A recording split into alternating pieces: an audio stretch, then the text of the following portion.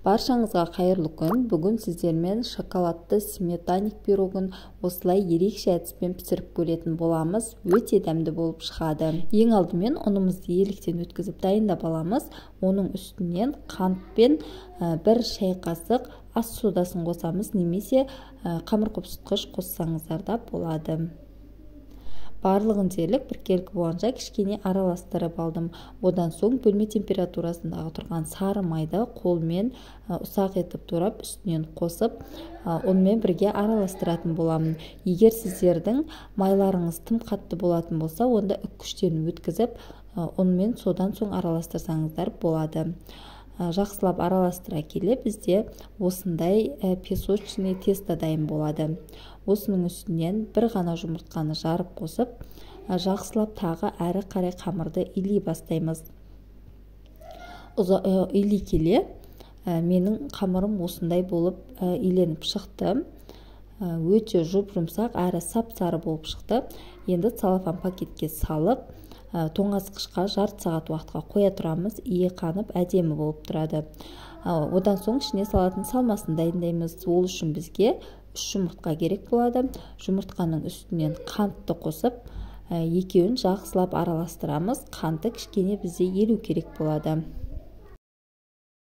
Бөлек ыдысымызға қаймақты салып аламыз.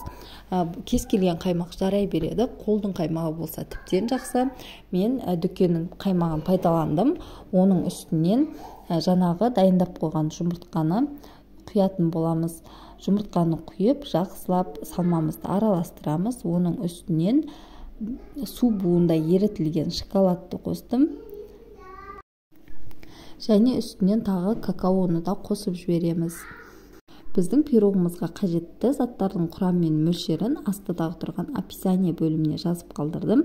Сол жерден ашып, қарап жасай берсеңіздер болады. Араластыра келе бізде осындай сұйықтық пайда болады. Одан кейін жаңағы қамырды тоңазытқыштан алып, өзімізге кесуге ыңғайлы болатындай етіп бөліп аламыз. Мен ортасынан теңде 2 бөлікке бөліп, рулет тәрізді етіп, қолыммен дөңгелетіп шықтым. Одан кейін бірнеше бөліктерге бөліп дайындап аламыз. Ол біз қандай ыдысқа жасайын деп жатырмыз, жасайын деп жатқан ыдысымызға байланысты қамырымыздың көлемін бөліп аламыз. Бөлінген қамырды қолымызбен осылай барлығын дерлік дөңгелектеп шығамыз. Енді дөңгелектеп болған қамырларымызды кекстің ыдысына дәл видеодағыдай етіп салып шығамыз. Егер сіздердің ыдыстарыңыз осындай силиконовый ыдыс болатын болса, оны ешқандай да майлап қажет емес. Ал егер формаңыз темірден жасалған болатын болса, онда оны міндетті түрде майлау керек болады.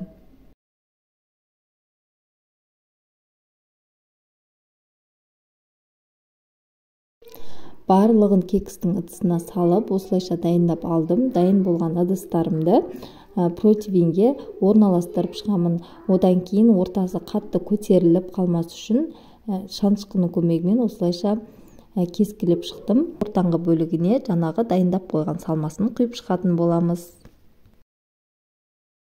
Барлығын құйып дайындап алдым. Осы арада біздің пешіміз қызып тұру керек болады. Қызып тұрған пешке салып 35-40 минут шамасында пісіріп алдым. Біздің кекстеріміз осылай өте әдемі болып пісіп шығады. Сырты да, іші де толығымен піседі. Міне өздеріңіз көріп тұрғандай, іші толығымен пісіп, өте әдемі болып, дәмі деген керемет болып пісіп шықты. Енді өздеріңіздің қалауларыңызға қарай қант ұнтағын сүйіп шықсаңыздар да болады. Видеоны соңына дейін қарап, менімен бірге болғандарыңыз үшін рахмет. Егер сізге видео ұнаған болса, арнама тіркеліп кетуді ұмытпаңыздар.